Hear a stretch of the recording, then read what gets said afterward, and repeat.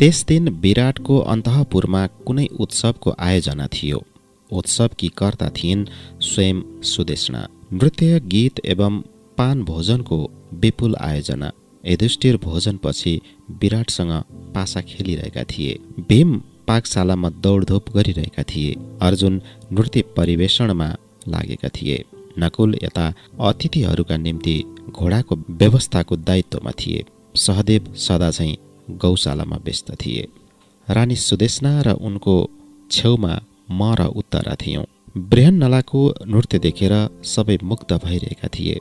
एक मनै थिए जो भित्रभित्र नै गुम्सिरहेकी थिए। जुन फाल्गुनीले स्वयंवर सभामा पृथ्वीका सारा वीरहरूलाई पराजित गरेर कृष्णलाई वरण गरे, उनी नै आज स्त्रीबीच अन्तःपुरमा नृत्य गरेर अरूको मनोरञ्जन गरिरहेका छन्। वहारे विधाता। अर्जुनलाई हेर्दै सबै हाँस्थे। म ओठ च्यापेर आँसु रोक्ने प्रयास गर्थे। त्यसै बेला रानी सुदेष्णाले आदेशसूचक गम्भीरताका साथ भनिन्, सैरन्ध्री, अब मद्यपान लिएर किचकको कक्षबाट सुवासित मध्य लिएर आऊ। मैले आहत स्वरमा भने, महारानी, मैले पहिले नै बताइदिएका थिएँ कि कुनै पनि नीच कार्य गर्दिन। यस समय अत्यधिक मद्यपान गरेर किचक उन्मत्त अवस्थामा छन्। यस्तो स्थितिमा कुनै कामन्द पुरुषको कक्षमा जानु कुनै पनि नारीका निम्ति असम्मानजनक अनि विपदपूर्ण हुनेछ। अतः मलाई क्षमा गर्नुहोला। रानी सुदेष्णाले मलाई कहिले पनि दासी चाहिँ व्यवहार गरेकी थिएनन्। आफ्नो प्रिय सखी चाहिँ गरेर मलाई राखेकी थिइन्। तर आज कठोर स्वरमा भनिन्, मेरो आदेशलाई अमान्य गरेको अर्थ जान्दछौ? पञ्चपतिकी पत्नी सैरन्ध्री, म उठेँ तब के सुदेष्णा आफ्नो भाइको काम वासना चरितार्थ गर्नका निम्ति कुनै षड्यन्त्र गरिरहेकी छन्? केही महिना अझै आश्रय चाहिएको छ हामीलाई, नत्र हाम्रो सारा साधना विफल हुनेछ। कृष्णको स्मरण गरेर मध्यपात्र लिए म काँप्दो पाउ लिएर किचकको कक्षतर्फ गएँ। म जान्दथे कि लपलपाउँदो अग्निशिखामा प्रवेश गरिरहेछु। म सागरको अतल गहिराईतर्फ बढिरहेकी छु। हिंस्रक व्याघ्रको रक्त पिपासा मेटाउन उसको आह्वानतर्फ अघि बढिरहेछु। किचकको बल अघि म नगर्नेछु। मेरा पञ्चपति यहाँ हुँदा हुँदै पनि आफ्नो रक्षा मैले स्वयं गर्नु पर्दैछ। मेरो नारीत्व विपदमा छ। यसो भए पनि पाउ अघि बढाइरहेछु।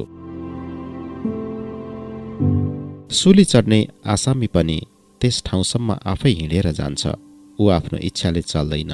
उसको पाउ राजाको आदेशमा नै त्यस मार्गमा अघि बढ्छ।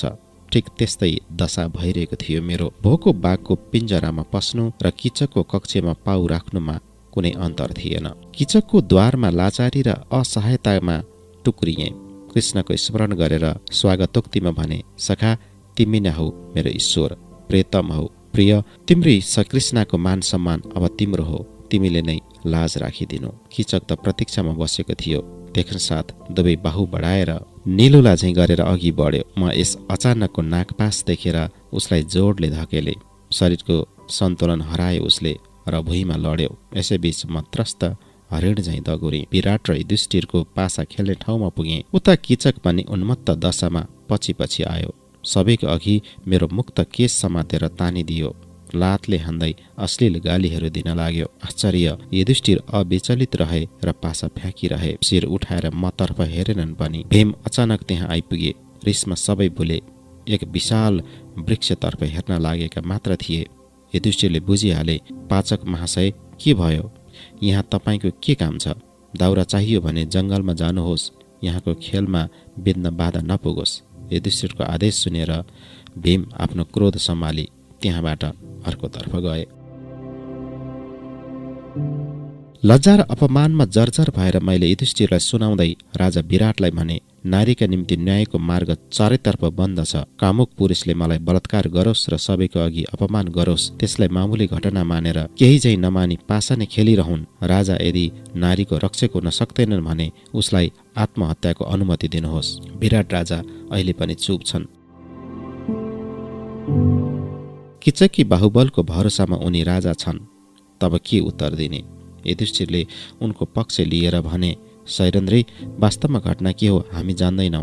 अतः कसरी न्याय गर्नु? बरु तिमी अन्तपुरमा जाऊ। नारीहरूको कुरा सम्बन्धी सभागृहमा चर्चा हुँदैछ।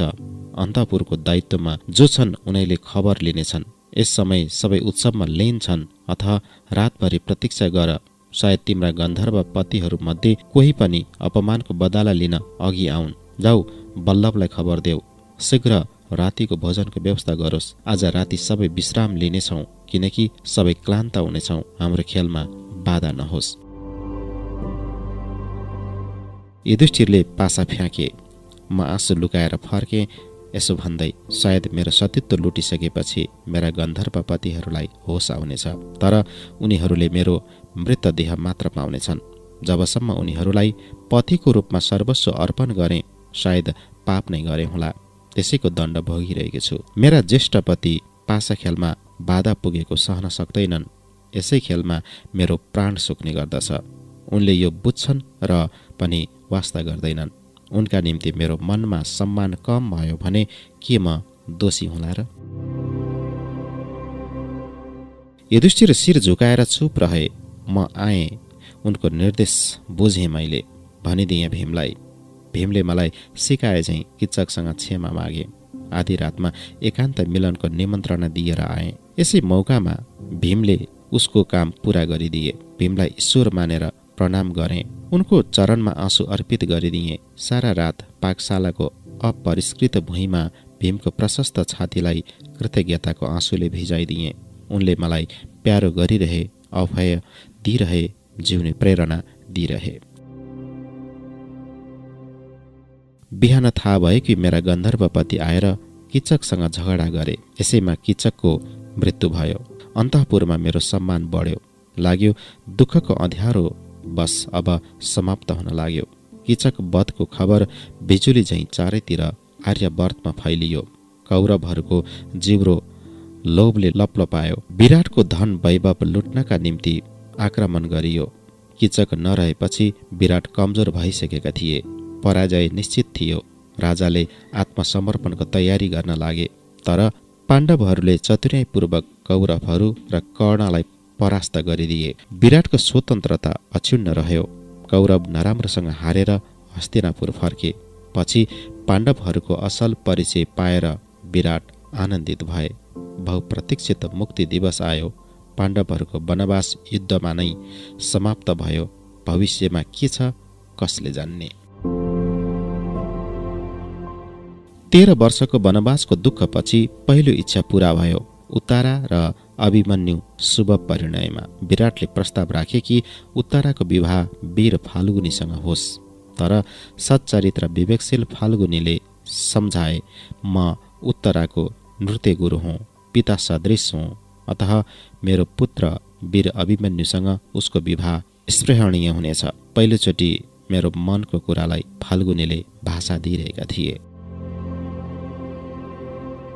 खुबै आडम्बर साथ अभिमन्यु र उत्तराको विवाह सम्पन्न भयो।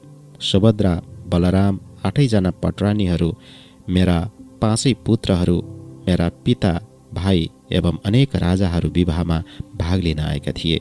माता कुन्ती मात्र आउन सकिनन्। बेदुरकै महलमा अस्वस्थ भएर सुतिरहिन्। किशोरी नववधु उत्तराको अनिन्द्य सुन्दरता र रूप शोभामाथि मुग्ध भएर सुभद्रा भन्न लागि, दिदी, तिम्री बुहारीको रूपमा त तिमीलाई उछिन्न सक्दिन, तथापि यिनी जस्ती सुन्दरी बुहारी पाउनु कठिन थियो। अब बुहारीहरू खोज्ने दायित्व तिमीमाथि नै छोडिदिन्छु। मेरा अन्य 5 वटा पुत्रहरू छन्। चुनी चुनी रूपवती राजकुमारीहरू ल्याउनु।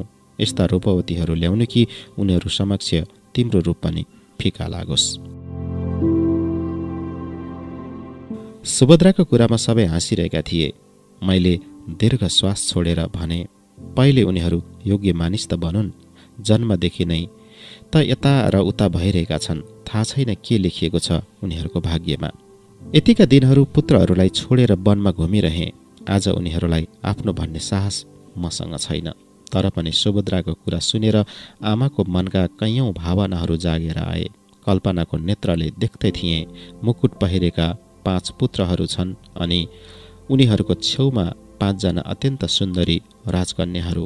सोच्दा सोच्दै सजल भई उठे मेरा नेत्रद्वय। लाग्यो अरू कुन सुख चाहियो र मलाई। यही सपना साकार भइदिए मात्र वानप्रस्थ ग्रहण गर्ने थिएँ म।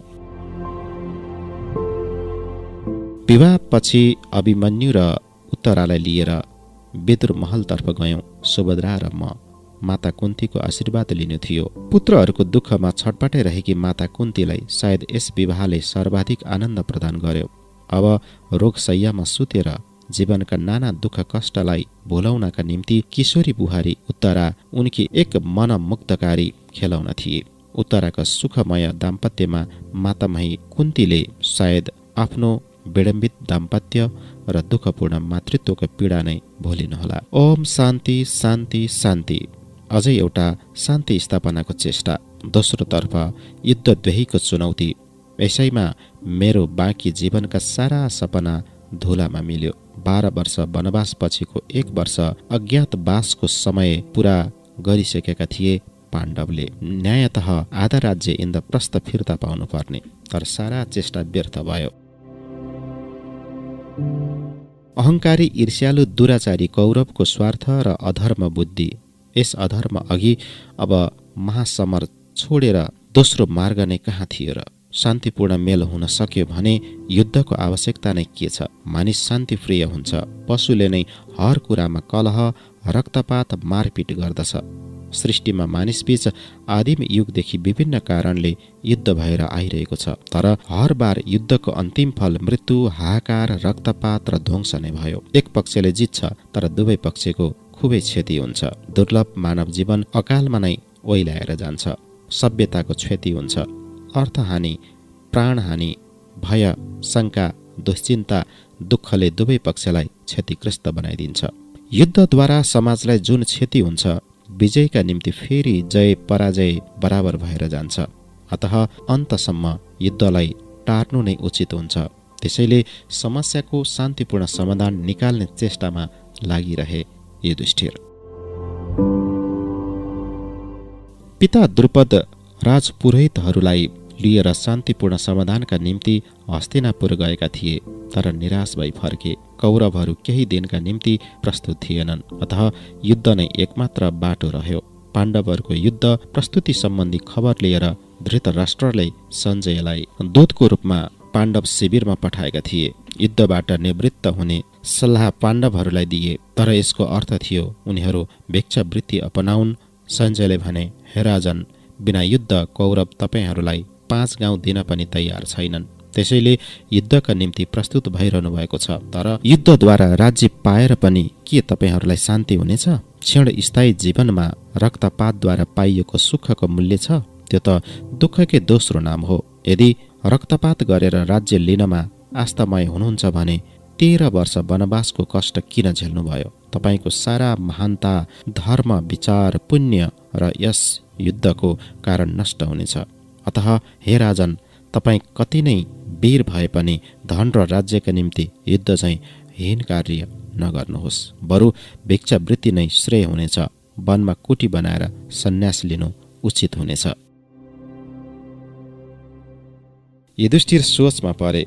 सदादेखि नै उनी युद्ध विरोधी नै हुन्, तर यहाँ युद्ध नगरेर फेरि वनमा नै फर्किजानु के क्षत्रियका निम्ति उचित हुनेछ? युधिष्ठिरलाई चिन्ताकुल देखेर भीमले भने, भिक्षा ब्राह्मणको धर्म हुन सक्छ, तर क्षत्रियका निम्ति अधर्म हो।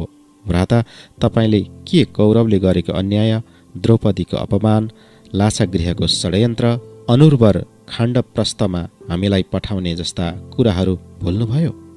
कौरवहरूको यो अन्याय र अधर्म त आज मात्र होइन, अन्धा धृतराष्ट्रको ईर्ष्याको कारण हाम्रा धर्मवान शान्तिप्रिय पिता पाण्डुले हस्तिनापुरको राजा भएर पनि जीवनभरि घोर अरण्यमा जीवन बिताउन बाध्य भए। यहाँसम्म कि अरण्यमा नै उनको मृत्यु भयो। हाम्री माता कुन्ती महारानी हुन्, राजमाता हुन्, तर दुःख, दारिद्र्य र चिन्तावश मामा कहाँ आश्रय लिएकी छन्।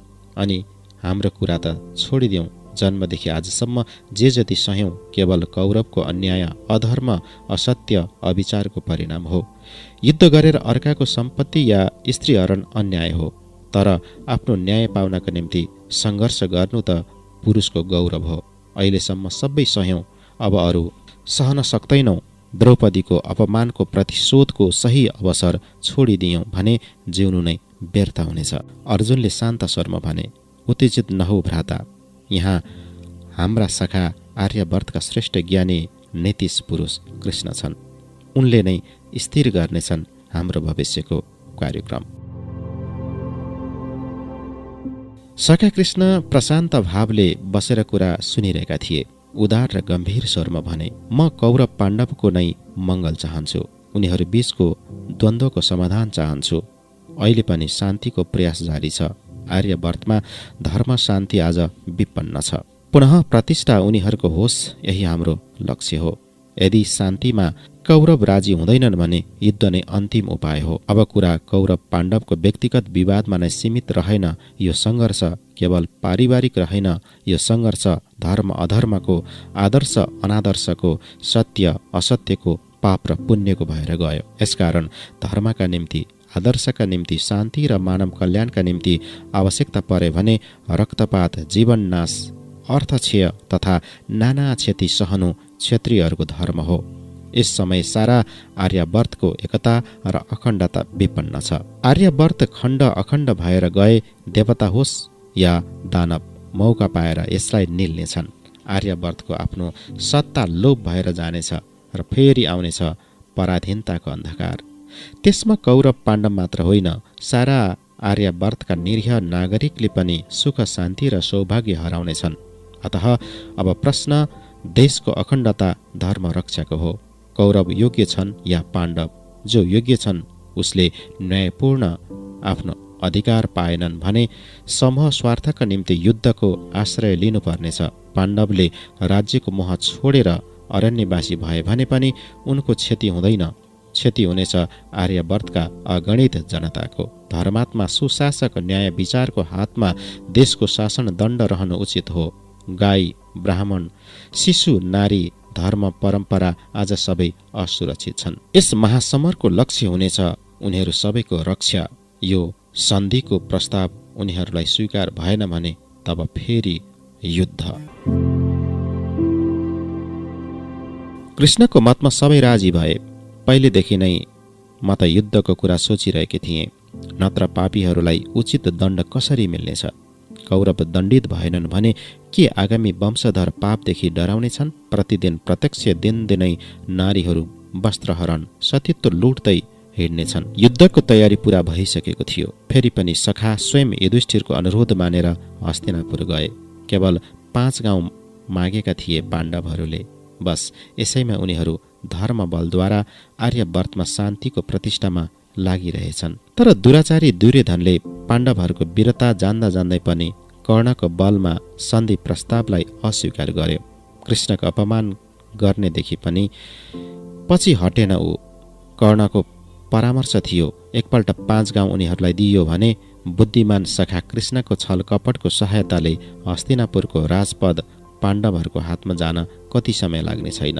अतः उनीहरूलाई हस्तिनापुरसँग सुचेग्र भूमिसम्म पनि दिनु हुँदैन। सखा कृष्ण फर्केर आए। महासमरको कुरा चारैतर्फ फैलियो। आर्यवर्त स्तब्ध थियो। धर्मको जय सुनिश्चित छ, तर युद्धको भयावह परिणति कसले जान्दैन र? कौरवहरूको स्वार्थ र व्यक्तिगत लोभको कारण सारा आर्यवर्त सङ्कटमा छ। युद्धको विभीषिकामा सबै लपेटिएका छन्। कृष्णले बारम्बार धृतराष्ट्रलाई सम्झाए। उनलाई नै यो समयका निम्ति दायी बनाए। अन्धा राजा अरूको भलो कुभलो प्रति पनि अन्धा नै थिए। पुत्र स्नेहमा त त्यसै पनि अन्धा थिए उनी। यही थियो पाण्डवहरूका निम्ति दुःखको कुरा। न्यायपूर्ण हकमा बाधा थियो। धृतराष्ट्रले चाहे भने यो युद्ध टर्न सक्छ। पुत्रको जिद्दी कुटिल प्रकृति त उनको बहाना मात्र हो। यति सबै सम्झाइसकेपछि पनि कृष्णको प्रस्ताव अस्वीकार गरिदिए।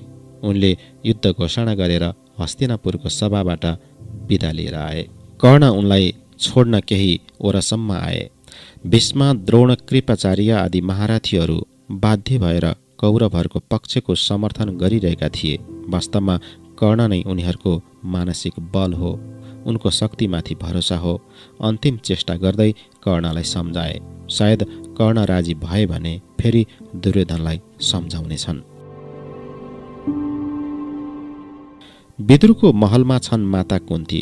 वनवासपछि पुत्रहरूको अनिश्चित भविष्यलाई लिएर मानसिक द्वन्द्वमा परेकी छन्। म पनि सासू अस्वस्थ भएकीले यहाँ आएकी छु। युद्ध अवश्य भावी। यो समाचार उपलभ्य नगरमा पाण्डवहरूलाई दिनुभन्दा पहिले माता कुन्तीलाई बताउन ठिक हुनेछ। विदुर महलसम्म सँगै हिँड्नलाई कृष्णले अनुरोध गरे कर्णलाई। युद्ध निश्चित छ भन्ने बुझेर कृष्ण र कर्ण दुवै गम्भीर थिए। सन्धि प्रस्तावमाथि पुनः विचारको प्रस्ताव दिए कृष्णले, तर एकै शब्दमा कर्णले अस्वीकार गरे। अहंकारले भरिएको स्वरमा भने, वीरको जन्म कुण्डलीमा पछि हट्न लेखेको हुँदैन। एकपल्ट अस्वीकार गरेपछि दुर्योधनले सन्धिको कुरा मान्ने छैनन्। म उनलाई कसरी परामर्श दिउँ? फेरि व्यङ्ग्यमा भरिएर भने, अर्जुनले स्वर्ग मर्त्य पातालमा घुमफिर गरेर अस्त्र संग्रह गरिरहेका छन्। वनवासमा कृष्णको चेष्टाले सम्पूर्ण सबर गोष्ठी पाण्डवहरूको पक्षमा भइसकेका छन्। आर्यतर हर गोष्ठीको समर्थन प्राप्त हुनेछ पाण्डवहरूलाई। यस युगका अलौकिक पुरुष कृष्णको पनि समर्थन उनीहरूको साथमा छ। फेरि युद्धसँग यति भय किन भिरु छन् उनीहरू? कर्णलाई निवृत्त गर्ने चेष्टा असफल भएको देखेर कृष्णले भने, कर्ण, तिमी कुन्तीका धर्मपुत्र हौ। शिवको चरणामृत लिएर तिमीलाई धर्मपुत्रको रूपमा ग्रहण गरेकी हुन्। त्यसको पछि आज एक लाचार मातृत्वको नीरव विलाप छ। तिमीले कहिल्यै सुन्ने चेष्टा गरेका छौ? उनी चाहिँ दुखिया नारी सायदै अरू कोही होलिन् यस आर्यवर्तमा। वसुसेन, तिमी कुन्तीको कुमारी जीवनको समय गर्भबाट उत्पन्न सन्तान हौ। अनन्त आलोक उच्च प्रचण्ड पुरुष सूर्यदेव तिम्रा पिता हुन्। तिमी कुन्तीका प्रथम सन्तान हौ। लोकलाज र समाजको भयले तिमीलाई माटाको मन्जुसामा राखेर नदीको स्रोतमा बहाइदिएन्। तर हृदयको हर धड्कनमा तिम्रो करुण स्मृति विद्यमान छ। राधाको घरमा तिमीलाई देखेपछि तिम्रो जन्मकथा सुनेर तिमीलाई चिनिन्। धर्मपुत्रको रूपमा ग्रहण गरेर हृदयको मौन व्यथालाई सामेल गर्ने चेष्टा गरिन्। धर्मतः तिमी पाण्डुका ज्येष्ठ पुत्र हौ। पाण्डवहरूको ज्येष्ठ भ्राता महासमर प्रारम्भ हुनुभन्दा पहिले तिमीलाई बताइदिने मेरो कर्तव्य हो, किनकि म तिम्रा मामाका छोरा भाइ हौ, शुभेच्छु हौ। तिमीले अहिलेसम्म आफ्ना भाइहरूसँग शत्रुता गर्दै आयौ। आफ्नी अनुज वधुलाई बारम्बार लाञ्छित गर्यौ, अपमानित गर्यौ। आज पनि तिमी आफ्ना सहोदर भाइहरूको विरुद्ध युद्ध गर्ने कुरामा दृढ छौ। माता कुन्तीले यस चिन्तामा मरणान्तक कष्ट पाइरहेकी छन्। अब सोचेर हेर कसको पक्ष लिनु तिम्रो कर्तव्य हुनेछ। कर्ण स्तब्ध भई बसेका थिए। म कुन्ती पुत्र हुँ, साक्षात सूर्य देवता मेरा पिता हुन्, अनि मलाई जीवनभरि नीच कुल जातका मानेर आफ्नो न्यायपूर्ण हकदेखि वञ्चित राखियो। पाइला पाइलामा अपमान र लान्छना पाए। यही सोचेर विदीर्ण भइरहेका थिए कर्ण। कुन्तीले भिन्न भिन्न देवहरूको वीर्यबाट 3 पुत्रहरूलाई जन्म दिएन्। यस्तै प्रकारले कर्णलाई सूर्यदेवको वीर्यबाट उनको गर्भमा आउनु पर्यो। साँचो भनौँ भने कर्ण निष्पाप कुमारी कन्याको प्रथम पूजा अर्घ्य हुन्। युधिष्ठिर भीम अर्जुनलाई जन्म दिँदासम्म उनी पाण्डु तथा अन्य देवताहरूकी भोग्या भइसकेकी थिइन्। यस दृष्टिले कर्ण निष्कलङ्क देव शिशु हुन्। ऋषिको आशीर्वादले नै जन्मेका हुन्। जबकि माता पिताको झुटो अहंकार, सामाजिक प्रतिष्ठा र मान सम्मान मोहको कारण र कलङ्कित पुरुषको रूपमा समाज पथमा शिर झुकाएर हिँडिरहेछन्। आज अन्तिम क्षणहरूमा यी सब दुःख र क्षोभ बढिरहेका छन्। केही भन्न सकिरहेका थिएनन्। यति अबेर गरेर भ्राता कृष्णले रहस्य खोलेका छन् कि अब चाहेर पनि कर्णको गतिपथ परिवर्तन हुन सक्दैन। कृष्णले मौन भएर कर्णको द्वन्द्व र चिन्तन हेरिरहे। भने, वीर कर्ण, अहिले पनि समय छ। आऊ पाण्डवहरूसँग मिल। माता कुन्तीको आशीर्वाद ग्रहण गर। पाण्डवहरूसँग तिम्रो मिलनले समस्त पृथ्वीलाई नै तिमीहरूको चरणमा ल्याइदिन सक्छ। अतीतका सारा दुःख बोलेर पाण्डवहरूको पक्षमा युद्ध गर। सारा पृथ्वीलाई भोग गर्नुका साथसाथै द्रौपदीलाई पनि प्राप्त गरेर आफ्नो पौरुष प्रतिपादन गर। नितान्त हातको छेउमा पृथ्वीकी श्रेष्ठतम सुन्दरी अनि असङ्ख्य पुरुष वाञ्छिता कृष्ण अनि दोस्रोतर्फ पुरुषको अहङ्कार, आफ्नो प्रतिज्ञा र विवेकको सङ्घर्ष। एकतर्फ स्वर्गको सुख अनि अर्कोतर्फ मृत्यु। तर स्वर्ग सुख कृष्णद्वारा दान हुनेछ।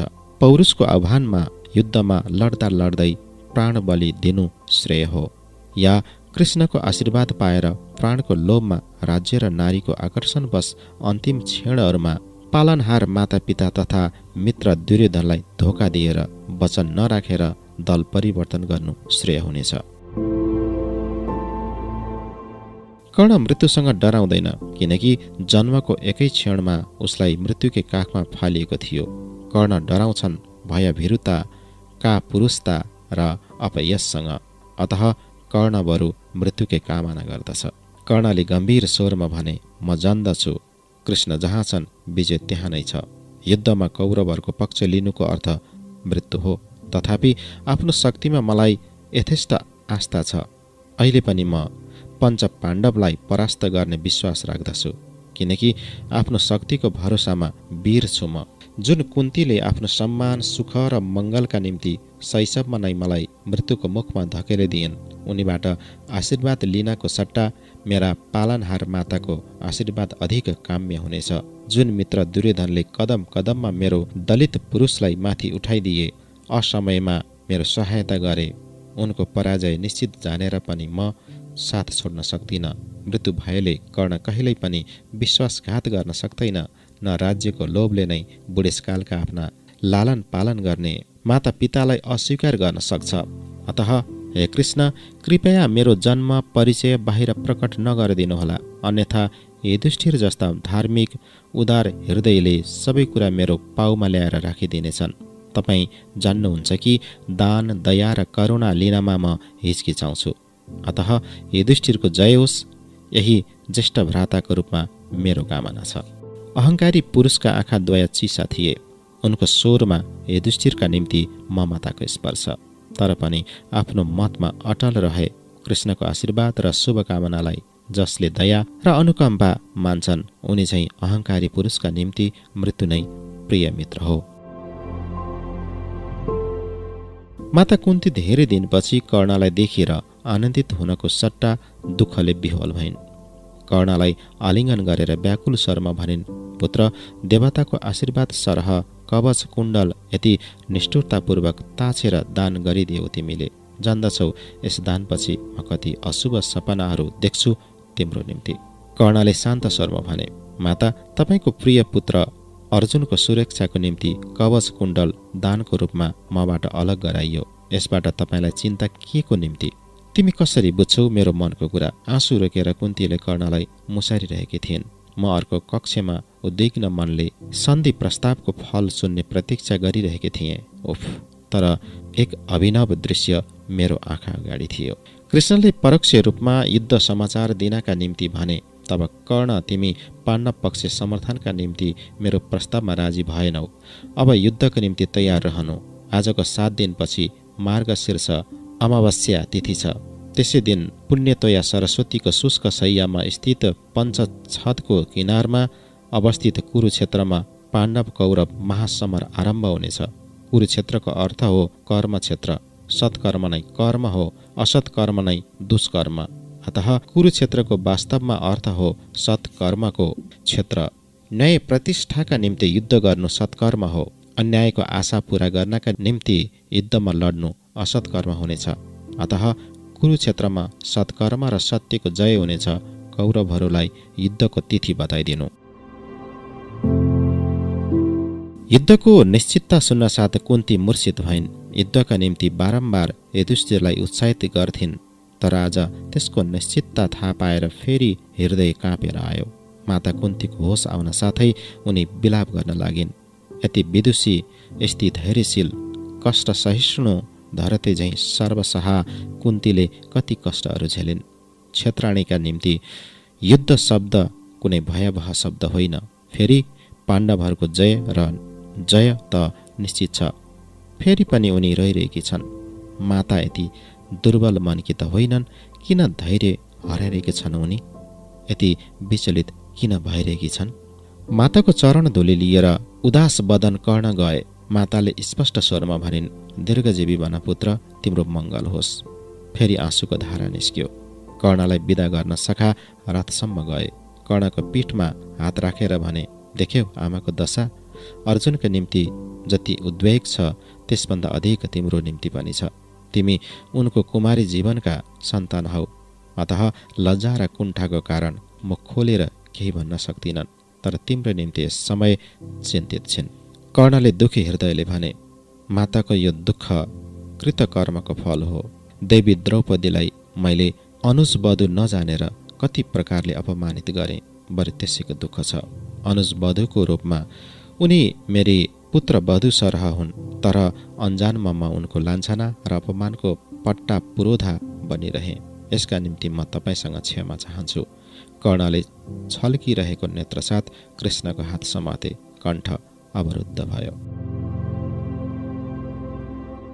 कृष्णले भने, हो, कृष्ण अपमानको प्रतिशोध लिने प्रतीक्षामा छिन्, तर उनले पनि तिम्रो यथार्थ परिचय पाएपछि क्षमा गरिदिनेछन्। उनको हृदय अति कोमल र उदार छ। समय आएपछि उनले सबै थाहा पाउनेछन्, तिमीलाई उचित सम्मान दिनेछन्। कर्ण, तिमीलाई मैले सारा पृथ्वी दिन चाहे। कृष्ण पनि तिम्रै हुने थिएन्। पाण्डवहरूको ज्येष्ठ भ्राताको रूपमा कुन्तीको वचन अनुसार न्यायतः कृष्ण तिम्री पनि पत्नी हुनुपर्छ। उनले पनि तिमीलाई पाण्डव पक्ष समर्थन गर्नका निम्ति आकर्षित गर्न सकिनन्। अब म तिम्रो निम्ति के कामना गरौँ? दैवी शक्तिप्रति तिम्रो मनमा विश्वास छैन। शुभकामना र मङ्गल कामनालाई तिमी दया सम्झन्छौ। अतः अन्तिम कुरा यही भन्छु, पौरुष र अहङ्कार एउटै कुरा होइन। तिम्रो पौरुषको जय होस्, तर अहङ्कार चूर्ण होस्, बस यही कामना गर्दछु।